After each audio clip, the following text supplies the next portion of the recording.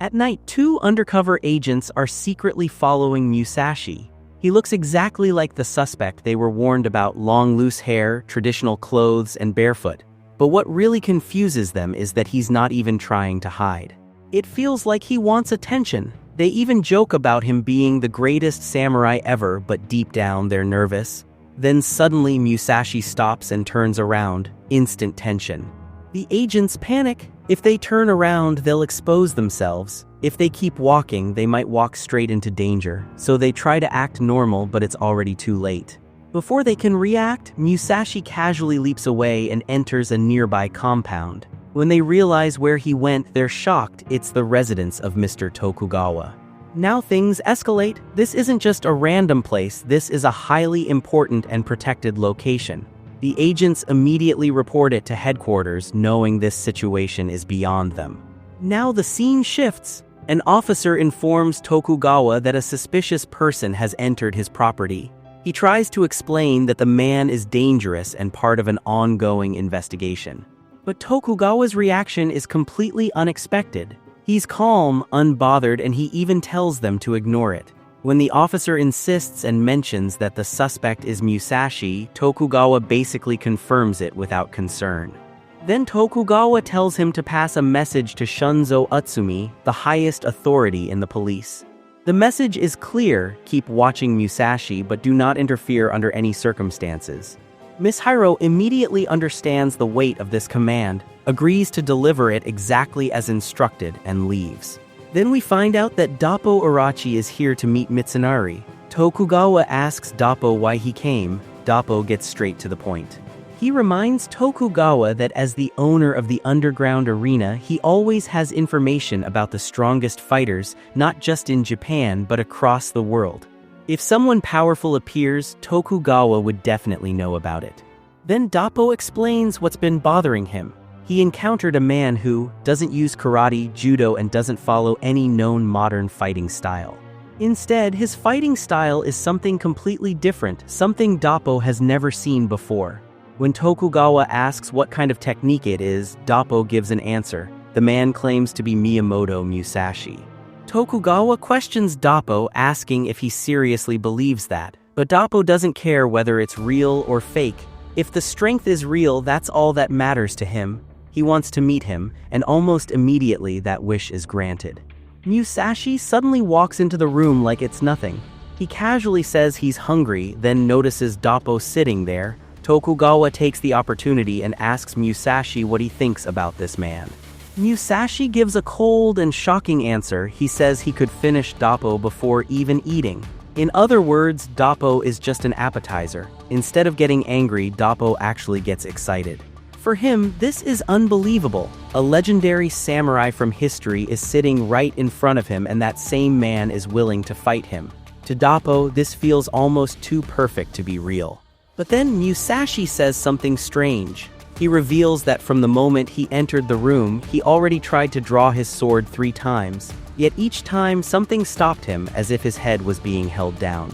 Then Tokugawa suggests eating first, but Musashi refuses. He wants to fight immediately.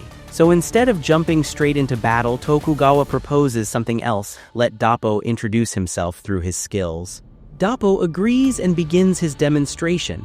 He shows the peak of modern martial arts, crushing solid blocks with raw force, slicing glass bottles cleanly with his bare hands, and breaking wood with a fast, precise kick. After showing his abilities, he proudly introduces himself. "My name is Doppo Orochi." Tokugawa immediately wonders how Musashi will react to this impressive display. Musashi comments that what Doppo just did looks more like a dance than martial arts. He's curious why Doppo chose wooden stones for his demonstration. What's the point?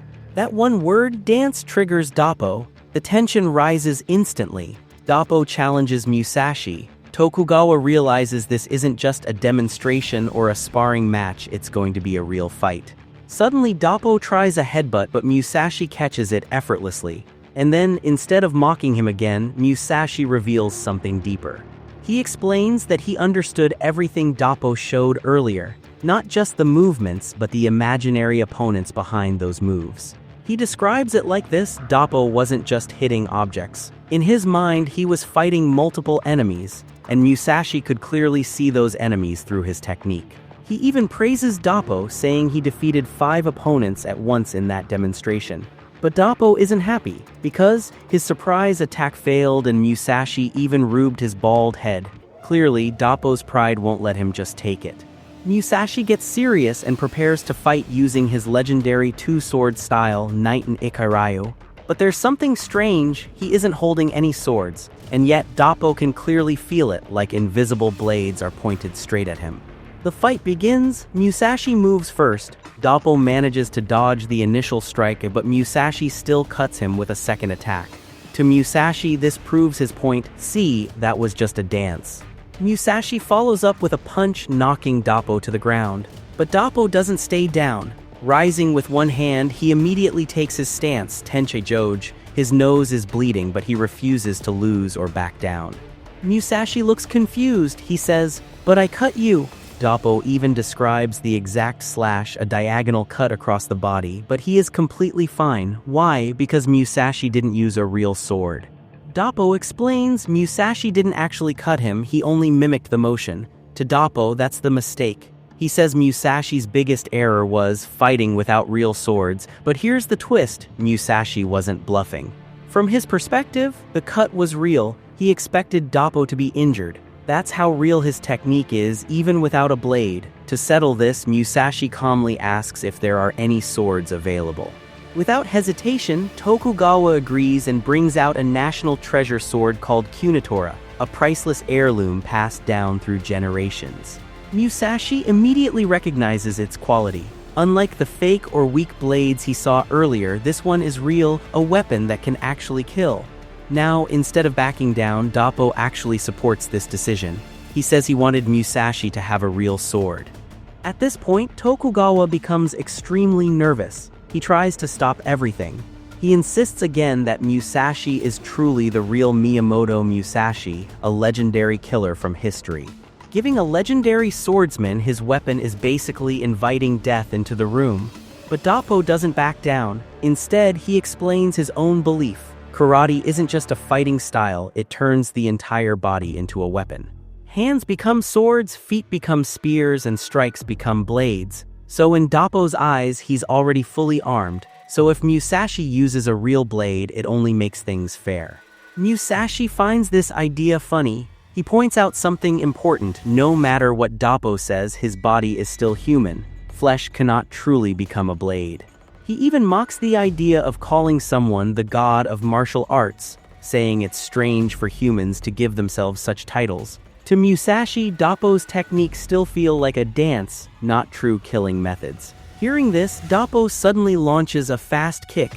Musashi instantly responds by placing his sword against Doppo, taking him down. Tokugawa is shocked, thinking Doppo has been cut. But Musashi stops and says calmly, "I didn't cut him, I only touched and pressed." Then he explains something very important. He says that a blade doesn't cut just by touching. To actually cut, you need pressure plus movement, a pulling motion.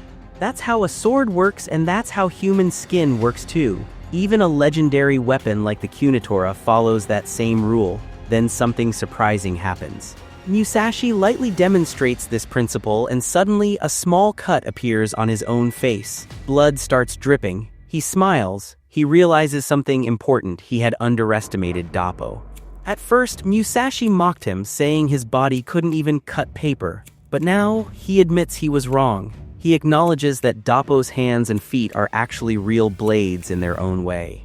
But despite that praise, the truth is brutal. Doppo loses. Even though Musashi respects him, even though he compliments his strength, Doppo's body can no longer move. He has already been cut down. The fight is over. After the fight, Tokugawa sits with Doppo and tries to explain everything, how Musashi was brought back using science, how it's all real. But Doppo doesn't care about the explanation. He doesn't understand science, and he doesn't try to. Instead, he trusts only one thing: his body. And his body tells him the truth: that man was the real Miyamoto Musashi. Finally, when Tokugawa carefully asks about the result of the fight, Doppo answers honestly: he lost. Completely. But what shocks him isn't just the defeat, it's how he lost.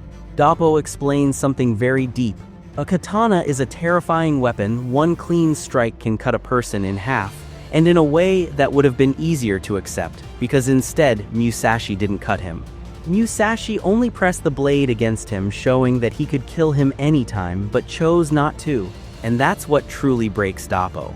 In a real warrior's world, if your opponent shows mercy, if they spare your life, the fight is already over, not physically but spiritually. Doppo realizes that this mercy is actually a deeper wound than any sword slash. It means he wasn't even worth killing. He admits something even more painful. He has read the Book of Five Rings many times, the legendary text written by Musashi himself. He memorized it, studied it, lived by it. But now he understands the truth. He never truly understood it, because the man who wrote it just defeated him effortlessly. That realization hits hard. All his years of experience, all his confidence were crushed in a single fight. Not just his body, his understanding of martial arts itself was shattered. So when Tokugawa asks what he'll do next, Doppo gives a quiet, heavy answer. He's going to withdraw, step away from everything, not out of fear, but to rethink everything he believed. The scene shifts to Narita Airport, where Ritsu Kaio is surrounded by reporters after his recent match. They ask him about the fight, calling it just an exhibition. But Ritsu calmly explains the truth: the fight was limited. He only used his fists, no kicks, no elbows, no full kung fu, and even with those restrictions, he still won. For Ritsu, that victory proves something important. He doesn't care about titles, belts, recognition, whether the match was official.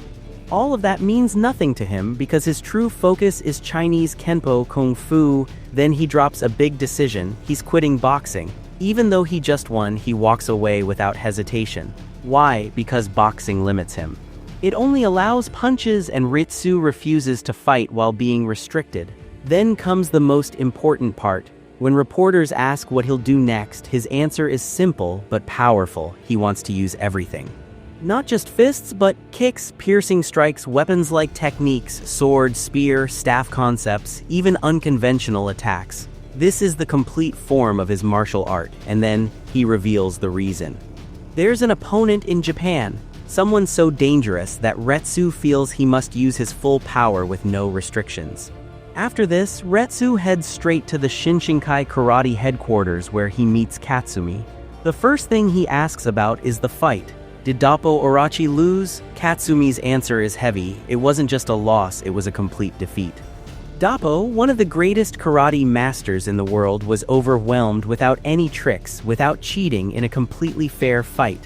That's what shocks Ritsu the most, because if someone like Doppo can lose like that, then this opponent is on a completely different level. Katsumi accepts this calmly. He doesn't get emotional. He doesn't talk about revenge. Instead, he says something important: if he fights Miyamoto Musashi, it will be to prove something to himself. Then the conversation shifts to a deeper level: the meaning of martial arts.